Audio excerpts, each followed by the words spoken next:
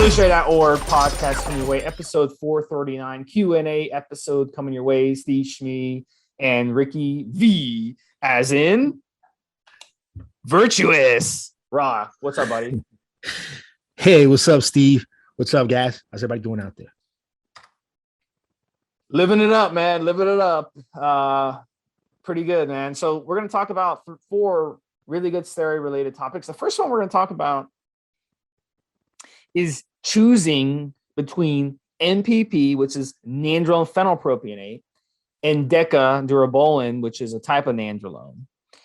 So which one should we choose between the two? So let's first talk about the differences. So they're both the nandrolone steroid, but the NPP has the phenylpropionate ester attached to it. And the Deca Durabolin has the decanate ester attached to it. So the nandrolone phenylpropionate, you're looking at a half-life of about 5 days. And then Deca Durabolin, you're looking at a half-life of about 15 days. So if you're running Deca Durabolin, it's going to take longer to reach peak in your system. It's going to take about 5 weeks, 6 weeks to reach peak in your system, maybe even longer. The nandrolone phenylpropionate is going to take, I would say, maybe 20, 25 days to reach peak in your system. So also leaving your system, same thing. The nandrolone phenylpropionate, the NPP, is going to be out of your system within about a month, maybe 5 weeks at the most. But the Deca Durabolin is going to take like 7 weeks to be out of your system so your body can start recovering again. So at the end of the day, my opinion on this is if you want to run a short cycle, like 8 weeks or less, go with it. You can go with the NPP, no problem. That's the one to go with. But if you want to run a cycle 10 weeks, 12 weeks, 14 weeks, 16 weeks, which is going to be really hard to recover from, then in that case, you can go ahead and run the Deca. The difference also, Rick, is the NPP, you have to inject it about 3 times a week. About 3 times a week usually is the average amount that people inject it. Now, you can get away with twice a week, but I think 3 times a week is the best. But Deca Durabolin, you can inject that once a week and you're fine. It's got such a long-ass half-life. So that, to me, is the difference between the two, I think, in my opinion. What do you think, Rick? Did I miss anything? You get a little bit more nandrolone per 100 milligrams with NPP than you do with nandrolone decanoate. 100 milligrams of a steroid measures the whole thing with the ester chain attached. And I've said here before how the ester chain must first be removed before your body can actually utilize that steroid. And so the nandrolone decanoate, a higher percentage of those 100 milligrams are going to be ester that's not muscle building, as opposed to nandrolone phenylpropionate, which has a shorter ester and comprises less of the total weight of the hormone. So that's about it. It's a good one. I mean, I don't know what else to add to what you said, but that's also something to consider. Maybe if you're looking to get more bang for your buck out of your steroids, the shorter esters end up being a better deal because you get more of the hormone per weight. Close the door. All right, guys. So the next question we're going to ask is how to test for estrogen in blood work, and why is this important? So I have a blood work thread. It's very popular on the forum. I'm going to link it in the show notes for those of you who are listening to it. You can go to it. But if you don't see the link, you can just Google evolutionary.org blood work, and it's probably going to pop up for you. So listen, at the end of the day, estrogen is very, very important. If it's too low, it's going to inhibit your results. It's going to cause you to be moody. It's going to cause you to be depressed. It's going to cause you to have joint issues. If it's too high, It's going to cause issues with bloat, water retention, insomnia, high blood pressure. It's just a domino effect.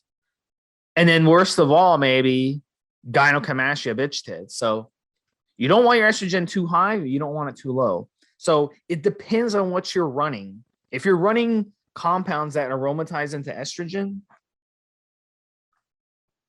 then you definitely need to use some type of estrogen inhibitor or estrogen blocker on cycle. Now, Aromacin, Arimidex, those are the top two that I recommend in that order, and those will help. But again, when you're running those, you don't want to run too much. You don't run too little. So it's important to get blood work done. And your blood work should be within range. So let's say you're running 500 milligrams of testosterone, right? And you're like, I'm going to run 50 milligrams a day of Aromacin. You know? What do you think is going to happen there? You're running too much Aromacin for the testosterone you're running. So you're going to end up crashing your estrogen too low. And that's going to, cause your cycle to not be as good. So you want to basically use the right amount of Aromacin. So hypothetically, if you're doing 500 milligrams a week, 12.5 milligrams of Aromacin every 2 or 3 days will be a good starting dose. And then you can run blood work on cycle and adjust it from there. Adjust it up, adjust it down. So you want your blood, you definitely want your estrogen levels to be where it needs to be. And really 10 to 35 PG per milliliter is the normal estradiol levels in men. So keeping it in there would be a good idea. If it starts inching over 40, then you need to adjust, either lower your testosterone levels or up your AI. And if it gets down below 15 or 12, then you need to back off on your AI because you're running too much. So Rick, get into this. Have you ever had a problem with estrogen? Well, I'm prone to gynecomastia. I had issues with estrogen since I was a teenager.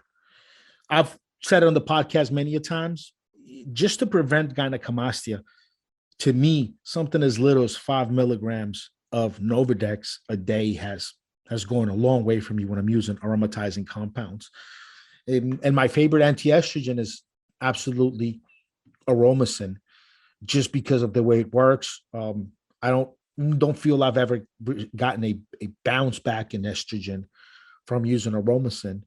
So that's definitely been a go-to drug for me personally. Just those two, Novadex and Aromacin, have kept my chest pretty dry and have kept me going. Now, I have thought about getting the surgery quite a lot. I think about it every time that I'm sitting there taking Novadex and worried about shooting testosterone and that making my gynecomastia symptoms worse. Also, I'm turning around 40, 41. This is around the age where most men, even if they don't use any steroids, most men will start to have some sugar tits, some fat accumulations on their chest and on their love handles. And it just kind of happens, even without a significant increase in body fat, in weight, I should say, even without using steroids. And so I'm keep wondering to myself if utilizing these two drugs at the proper times is going to be enough to keep me looking dry and keep my chest looking good for years to come. So that's something I think about quite a lot now. And only time will tell.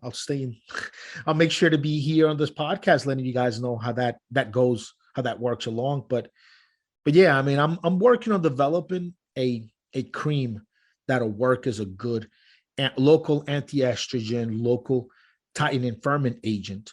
In the past, I used Formistane on my chest, on my nipples, and that worked out great. But yeah, that doesn't last too long. Formistane has been illegal for quite a while now, and I just don't have anymore. It's done.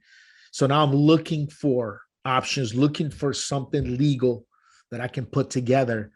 And I haven't haven't really come up with the good formula to start making good pilots with yet. Seems like most of the good, interesting stuff, either it's illegal to use now, it's banned, or might not work properly right on the area. So I'm going through kind of that process now, figuring out. I've also got to figure out how much should I lean on either the fat burning properties or the anti-estrogen properties of a topical cream like that. And it's something that, if you guys keep listening and stay with the podcast, once the product is ready to go, it's released, I'll make sure to let everybody know where they can pick up a bottle.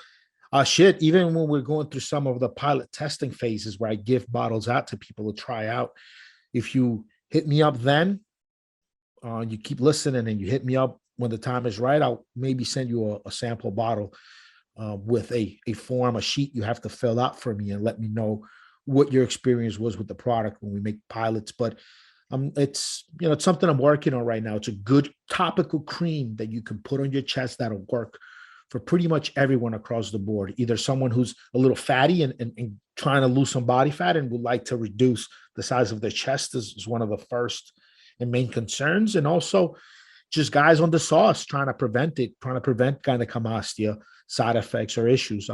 It should work for both. And I'm working on that right now. So I'm going to bring you in early on this one, Rick, talking about first cycle Sustanon. But first, let me explain what Sustanon is. So Sustanon is made up of 4 different esters, just like Omnidrin. They're both the same thing nowadays. Omnidrin used to be not the same as Sustanon, but now they're the same thing. And they use Omnidrin more in Eastern Europe. And Sustanon is usually used in Britain for TRT.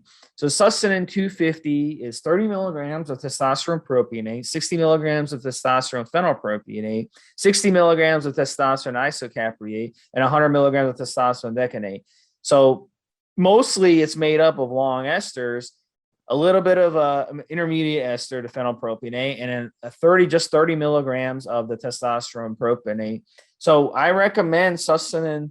It was designed for TRT. It was designed to take the whole AM of 250 milligrams every 2 weeks, and that gives you about 125 milligrams a week. Or you could take 250 milligrams every 2.5 weeks or 3 weeks, and it gives you somewhere around 100 milligrams a week for your TRT. So it was designed for less injections, infrequent injections. And this is great for people who are on long-term testosterone replacement therapy because they don't have to inject it very often. So Rick, what's your tip for a first cycle of Sustanon? I can remember the first injectable I ever used was Sustanon, and I injected 2 cc's into my shoulder. And boy, did that shit hurt. It felt like I got hit by a baseball bat after injecting that from the post-injection pain. Well, yeah, I mean, a lot of it depends. What are you using? I'll go with some basic stuff. If you get your hands on like a ReadyJect, a legit Sustanon ReadyJect or an amp, ReadyJects come with a really big needle. You can replace the needle on it to a smaller gauge. It'll be less pain at the injection site just having a tinier needle. If you have an amp, and this goes for any ampules, score the neck with a little bit of sandpaper to make it easier to break off. Once you break off the neck and you stick your needle in there, if you smash a needle against the bottom of that ampule, even with not a lot of force, you're going to bend a little bit the microscopic tip of the needle, which will make it just a little bit harder for it to punch through the skin and just cause a little bit more pain. And that's been my experience with it. So replacing a new needle each time is ideal. I like Sustanon with a mix of one of these long esters in the same syringe, like Equipoise is a good one. It just dulls some of the pain you get from the Sustanon, I found. And you can shoot the Sustanon once or twice a week. I wouldn't go further out than once a week if you're a TRT patient, you're probably shooting that Sustanon every 20 days, maybe every 30 days. But if you're a bodybuilder, you should be shooting it at least once a week, maybe twice a week, depending on what your cycle looks like or what kind of cycle you're doing. Twice a week shots, dilute it with some of your other steroids. it's a good way to go. Maybe you're doing a Sustanon, Equipoise, and Masteron cycle, let's say, or Trenbolone. Mix that in and shoot that twice a day. Uh, as far as the type of Sustanon, if you get human grade Sustanon, Organon stuff, Omidren, something cool like that, or you get a really well-known underground brand that's running a really good legit operation, chances are you're going to get in that Sustanon whatever it is that you're trying to get in there. If you use kind of fly-by-night underground lab, one of these gym guys that gives you bottles that aren't labeled, little sticker at the bottom with a number telling you, hey, number 6 is Sustanon, number 99 is test, whatever you're doing, chances are you might not have everything you want in there. And the test to find out what you have in there is fairly expensive. Like you'd have to pay for tests for each of the esters that are supposed to be in there just to figure out if this bottle has the right stuff. And chances are if they run out of one testosterone, and chances are if it's a 4 testosterone mix and they run out of one of the testosterones, they might just add a little bit more of the others and hope nobody will find out. So once a week injections, twice a week injections, pretty darn good for Sustanon. And just get your stuff from a legit source or human grade if at all possible.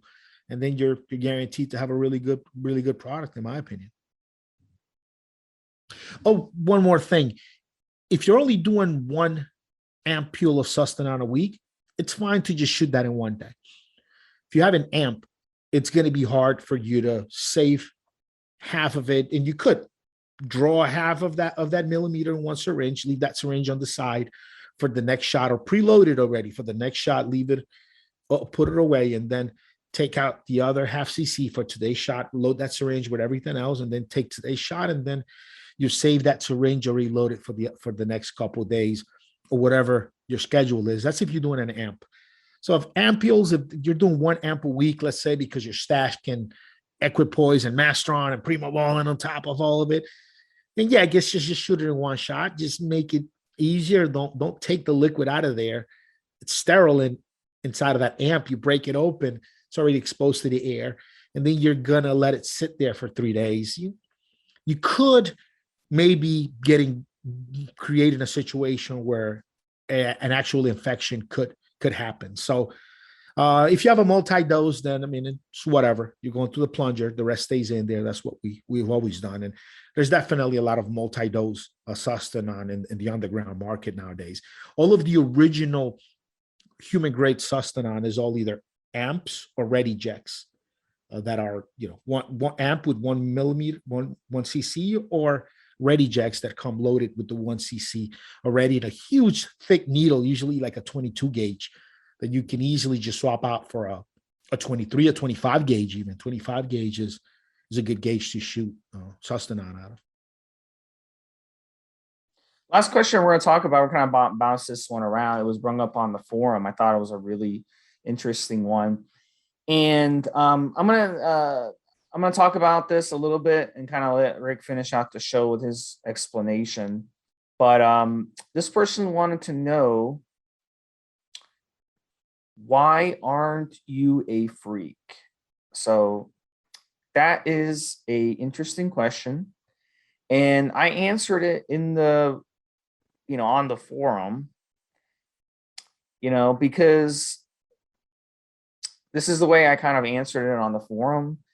I talked about, my history back in my mid 30s. I had gone basically 10 years without ever missing a workout. The longest I went without working out had to have been like literally 5 days, only because I was moving, and I had to deal with all this other shit when it came to moving. So, so the way I look at it is,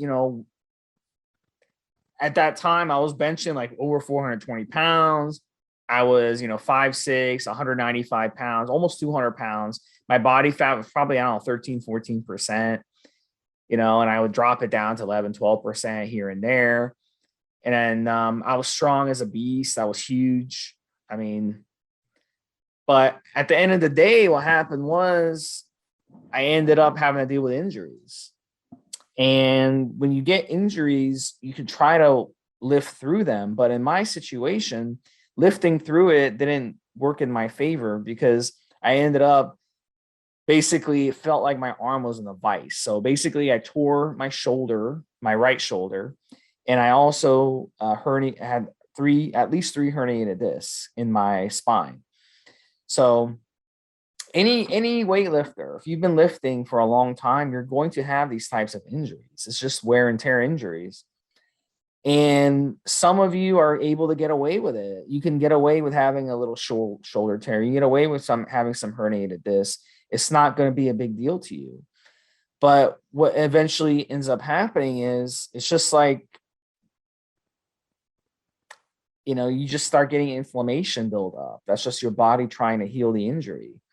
So you're going to have to take some time off from the gym when that happens. There's just no other way around it.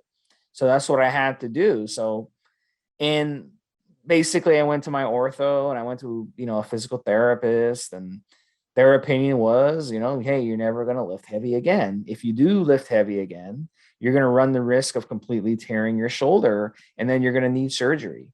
So I had to kind of get away from that lifestyle. It wasn't working. Our bodies just aren't made to be like this. So the way I look at it, that's the perspective I look at it, and it's okay. Like, I bench 200 pounds nowadays. That's it. I don't go much higher than that, and I'm totally okay with it. I mean, I'm leaner. I'm only like 7-8% body fat year round. I have at least a 4-pack year round. I look good. I can go on the beach with no shirt and not be embarrassed. So I'm happy. I'm happy with the way things turned out. I don't need to be a big roided up freak on 500 milligrams a week of tren to, like myself, So I'm curious to hear your opinion. Rick, finish out the show. Tell us about your answer to this. I kind of went through this in my early 20s. I thought I wanted to be a professional bodybuilder one day and compete. And I'm small, I'm a short guy. So I got muscular fairly quickly. The taller, longer guys have a much harder time putting on mass and looking real thick. It was pretty easy to me. And I'd come from a background of being a wrestler through school and being into jiu-jitsu and Thai boxing. I got into around the same time I was making the decision of maybe being a professional bodybuilder. And then when I realized that I'd had to give up some of my mobility, some of my speed, some of my flexibility, I'd have to give up to carry this weight around, that I'd also have to dedicate a much larger part of my day to continue to feed and keep growing muscle year after year. I just kind of realized that wasn't what I wanted to do. I didn't want to be slower. I didn't want my muscles feeling tight, like I was wearing like a real tight kind of jacket where I couldn't throw my hands around in a good way. I just didn't feel that well balanced when I would throw kicks. During jiu-jitsu, I felt as though I was easier to tap out any of these positions, like certain triangles and certain chokes were just kind of easier to get off, only because the mass in my shoulders and in my own neck would help to constrict my blood flow during certain movements. So it just didn't kind of appeal to me to do all of this, to do a lot, to get in speedos in front of a bunch of people. There wasn't a lot to it. I couldn't get past being embarrassed in the gym, in the dojo, looking big and looking brolic in the locker room. But then when I would get in there, all of this mass would actually hinder me and hinder my movements and hinder me from really being a good, effective in martial arts. I couldn't get past the dojo and being embarrassed at the dojo to care about being looked up to or people grading me and giving me points on the stage. Let me ask you this. If you could have become a freak, do you think you would have, or do you think you just don't have the genetics for it? Well, I've got the genetics to put on a ton of mass. I'd have to be a lot more careful as far as putting on fat along with the mass. but I have the genetics, and I have short limbs. It whenever I gain a little bit of size on my arms, they look big. So I could definitely put on the mass, and I'm a good responder to steroids. I do really well on lower dosing. When I pump the dosages up, I do well on it.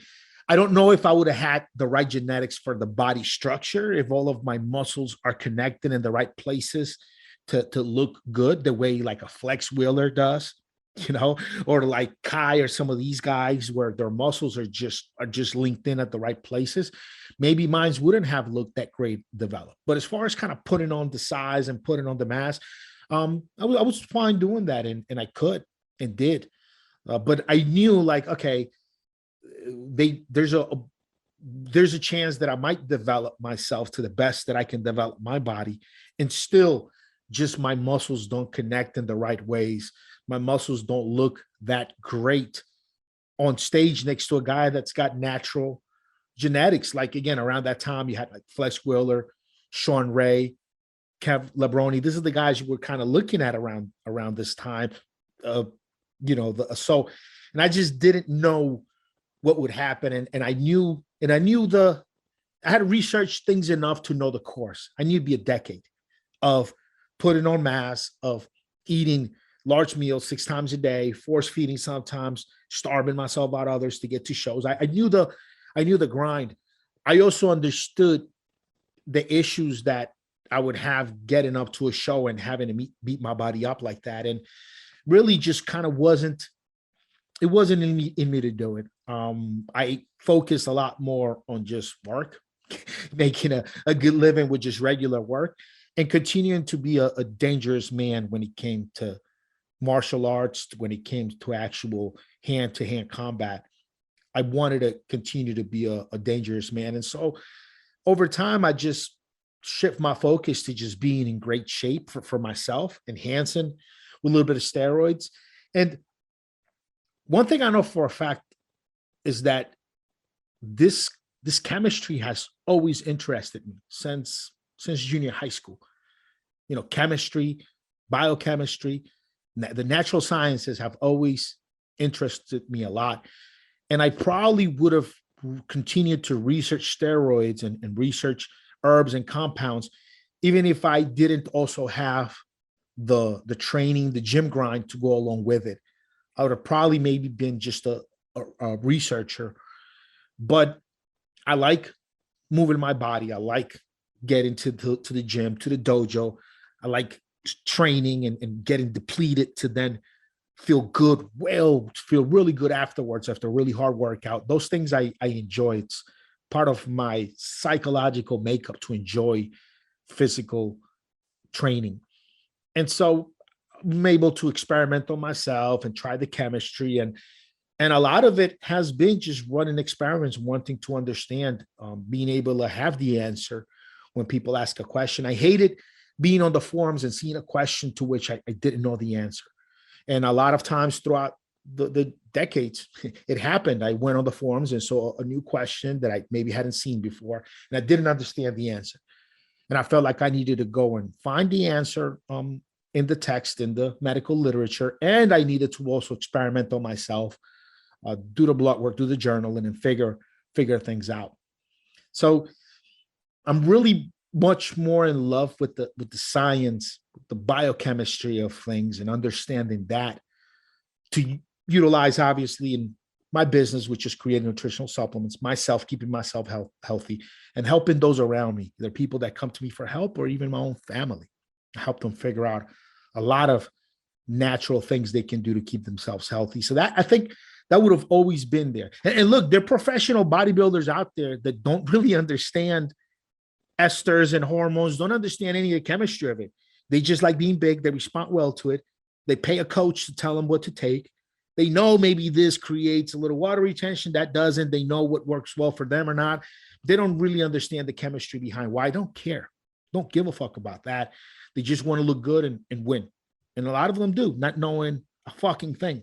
I've spoken to bodybuilders that get up on stage and win shit, and I can tell they're not as understanding, as well as versed is well researched on what the compounds are actually doing in their body, and I have a natural curiosity for that. So, all right, guys, this sums it up for this episode. We'll have another Q&A next week. Thanks for joining us. Take care. have a good one, Steve. Have a good one, guys.